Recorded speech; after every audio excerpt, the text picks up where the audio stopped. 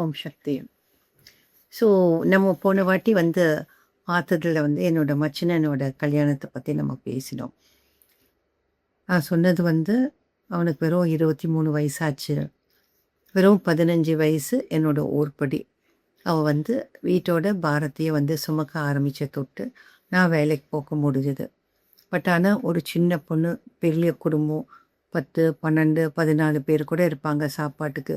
So அதுவும் இல்லாமல் மாமியார் வந்து படுத்த படுக்கையா அனைத்தையும் வந்து அம்மாவோட அருளால் வந்து அவள் வந்து பார்த்துட்டா. அந்த அருள் அவளுக்கு எப்படி அமைஞ்சதுன்னா, அவளோட திருமணம் அம்மா கையால் நடந்தது தான்.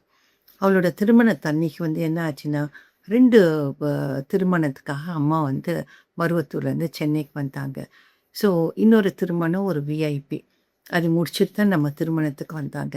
ஸோ அந்த விஐபி திருமணத்தில் வந்து அம்மா வந்து தங்க நாணயம் வர வச்சு கொடுத்தாங்க அப்படின்ட்டுலாம் சொன்னாங்க.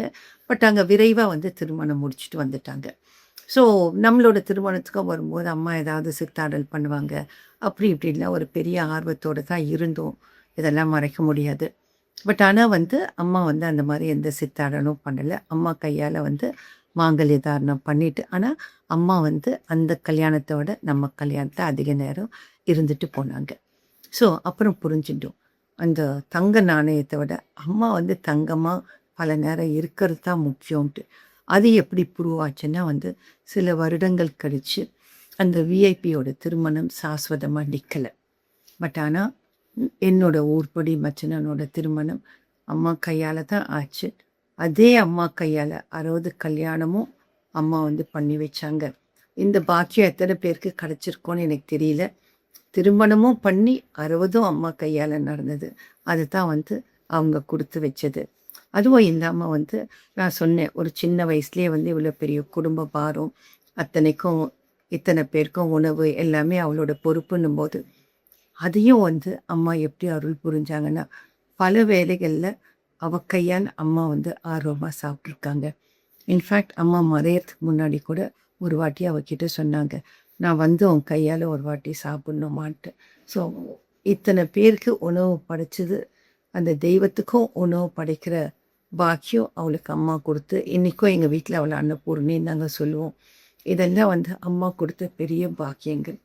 ஸோ இது இந்த அளவுக்கு வந்து இருந்தது. அடுத்த சேலஞ்ச் அம்மா ரெடி பண்ணிட்டா. என்னென்னா, என்னோடய மாமியார் வந்து படுத்த படுக்கையானாங்க. ஸோ அந்த காலத்தில் ஸ்கேன் எல்லாம் இல்லை. ஸோ அப்போ டயக்னோசிஸ் வந்து ஒரு சேலஞ்சாக இருந்தது. நிறைய பெரிய டாக்டர்ஸ் தான் வந்து அவங்கள பார்த்தாங்க. இருந்தாலும் 1 மாதம் ஆயிடுச்சு கரெக்ட் டயக்னோசிஸ் பண்ணுறதுக்கு. ஸோ ஃபைனல் டயக்னோசிஸ் என்ன பண்ணாங்கன்னா வந்து கிட்னிலேருந்து கேன்சர் கொஞ்சம் பரவி இருக்குது, ஆப்ரேஷன் பண்ணணுமா வேண்டாமா அப்படிங்கிற ஒரு முடிவுக்கு வந்து வரும்போது, அப்போ எனக்கும் வந்து தைரியம் இல்லை, அனுபவம் இல்லை, பெரிய ஃபேமிலி, எனக்கு 5 நாத்தனார் எல்லோரும் இருக்கும்போது எப்படி முடிவெடுக்கிறதுன்னு தெரியல. அப்போ அருள்வாக்கில் அம்மா கிட்டே போய் உட்காரும்போது அம்மா சொன்னாங்க, நீ பண்ணாலும் பண்ணலை, அப்படி ஏன் பண்ணேன்னுவாங்க, பண்ணலைன்னாலும் ஏன் பண்ணலேன்னுவாங்க, நீ ப்ரொசீட் பண்ணு, அம்மா நான் துணை இருக்கேன்னாங்க. அதுக்கப்புறம் வந்து ப்ரொசீட் பண்ணோம். என்னோடய ப்ரொஃபஸர் தான் ஆப்ரேட் பண்ணார். பட் வந்து ஆன் டேபிள் வந்து அது இன்ஆப்ரபிள் சொல்லிவிட்டு க்ளோஸ் பண்ணிட்டாங்க. எங்கள் மாமியாரெல்லாம் வந்து பெரிய அம்மா பக்தியெல்லாம் சொல்ல முடியாது. பட் ஆனால் வந்து அவங்க கண்ணை திறந்த உடனே அவங்க எங்ககிட்ட சொன்னது வந்து அப்படியே மனசெல்லாம் புல்லரிச்சு போச்சு. என்னென்னா, அந்த ஸ்ட்ரெச்சரோட முனையில் அம்மா வந்து வேப்பிலையோடு நிற்கிறதா வந்து அவங்களுக்கு வந்து காட்சி கொடுத்துருக்காங்க. ஸோ அது அவங்களுக்கு வந்து சொல்லும்போது அப்போ தான் அந்த அருள்வாக்கோட மகிமை புரிஞ்சுது. ஏன்னா அன்றைக்கி ஆப்ரேட் பண்ணியிருந்தாங்கன்னா கண்டிப்பாக அவங்க உயிர் படைச்சிருக்க மாட்டாங்க. அதுதான் டாக்டர்ஸும் சொன்னாங்க.